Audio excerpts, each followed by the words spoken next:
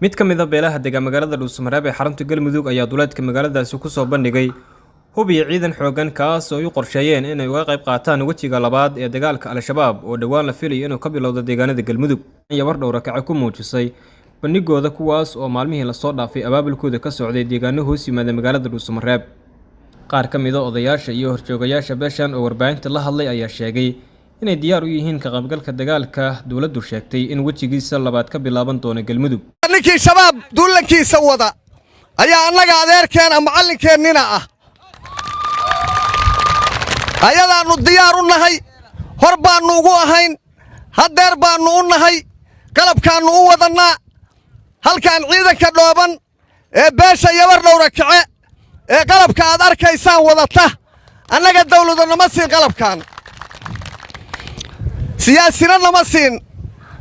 waxaanu ka gadanay xoolaha yaga cadawga inaanu isaga difaacno oo dalkayaga iyo diintayada midna aan la nasaqin ee cadawga nagu soo duulay ee al-shabaab aanu uga hortagnaanu u gadan haddana waanu sii badin doonnaa intaani waxba ma ahan waa ku dabar jaraynaa haddii ilaahay idmo waxaan rabnaa qaylaqaad baanu nahay qayla raac baanu nahay cadawga shabaab baana dhibay waan dhaqan weynay waanu hoyan weynay waa la gumaaday ilmihii iyo agoomihii iyo raadkii ka haray waxaad og tihiin dadkaani dad haraadi ah oo xabad hambadeeda weeye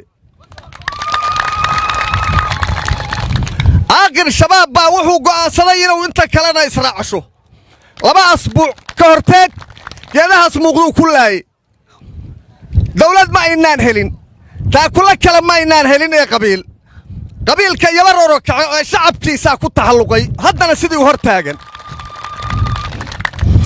qaylaqaadka aanu nahay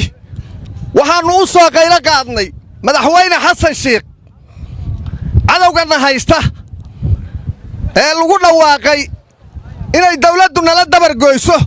horna aanu diyaar ugu ahayn waxaan rabnaa waa ku garab taagannahay waana ku wareernay waa qarribanna dawladuna naguma taakullayso waxaan rabnaa geedka uu ku jira cadawgu in dawladdu nooga bixiso annagaa raad raacayna yabar kace kuwii jahaadka ku dhintay iyo qawaarista ilaahay ha u naxariisto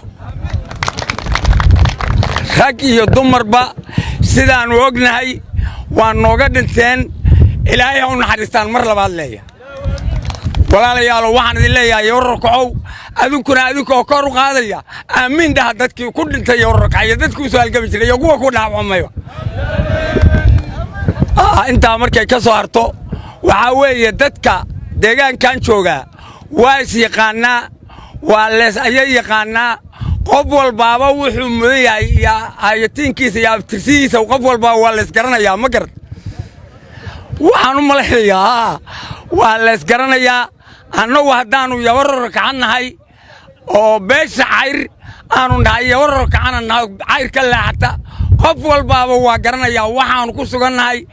kow baan nahay kow gacanta koowaad baan nahay gudoomiyaha gobolka Galgaduud iyo senator Cabdixakiin Macalin Axmed oo ugu dambeyntii goobtan ka hadlay ayaa ciidamadan u jeediyay dardaaran guud iyagoo tilmaamay inay marka hore niyadooda hagaajiyaan sidoo kalena ay u diyaar garoobaan wajiga labaad ee howlgalka ka dhanka Al-Shabaab kaasi oo ka bilaabanaya bariga gobolka Galgaduud inay soo gabagabeeyaan ama wareegga ugu dambeeyay ka qayb qaataan ayagoo yaqaanay dhaqanka la dagaalanka qawaarijta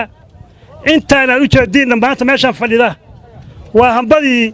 dadkii walaalahooda ahaa ee ka xoreeyay waddankan ka haray ciidankan meesha jooga maanta waa ciidan yaqaana la dagaalanka iyo ciribtirka qawaarijta ciidankan waxaa soo saaray oo isku keenay damiirkoodana soo dhaqaajiyey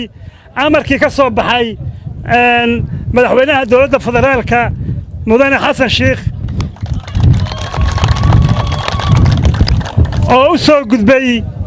maamulka dowladda Galmudug ee madaxweyne Axmed Cabdi Kaari oo odayga ka yahay madaxweynaha ka yahay la gala midka ugu wanaagsan waa midka aad hadda u diyaarsantiin inaad gashaan waa midka aad hadafka saxda ah iyo halganka saxda ku xaqiijin kartaan waa midka rool saxa aad ku ciyaari kartaan waa midka qiimo idin yeeli karaa kaas weeyaan waxaan u baahannahay galmudug dawlad leh nidaam leh kala dambayn leh shabaabna uusan dhex joogin oo uusan ku dhex noolayn halgankaasaad kow ka tihiin shalay baa laga sheekeeyey inaad idinku hormuud u ahaydeen wixii ka dhacay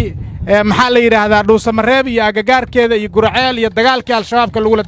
lagula dagaalamayey adinkoo ilaahay kaashanaya oo aan cid idin garab siinaysaa jirin baad shalay ayaad dagaalkaa ku jirteen oo taagnaydeen maantood garab u haysataan oo dawladdii federaalka idin garab taagan tahay oo galmudug idin garab taagan tahay ayay ka wanaagsan tahay inaad dhammaystirtaan tillaabadaad shala bilowdeen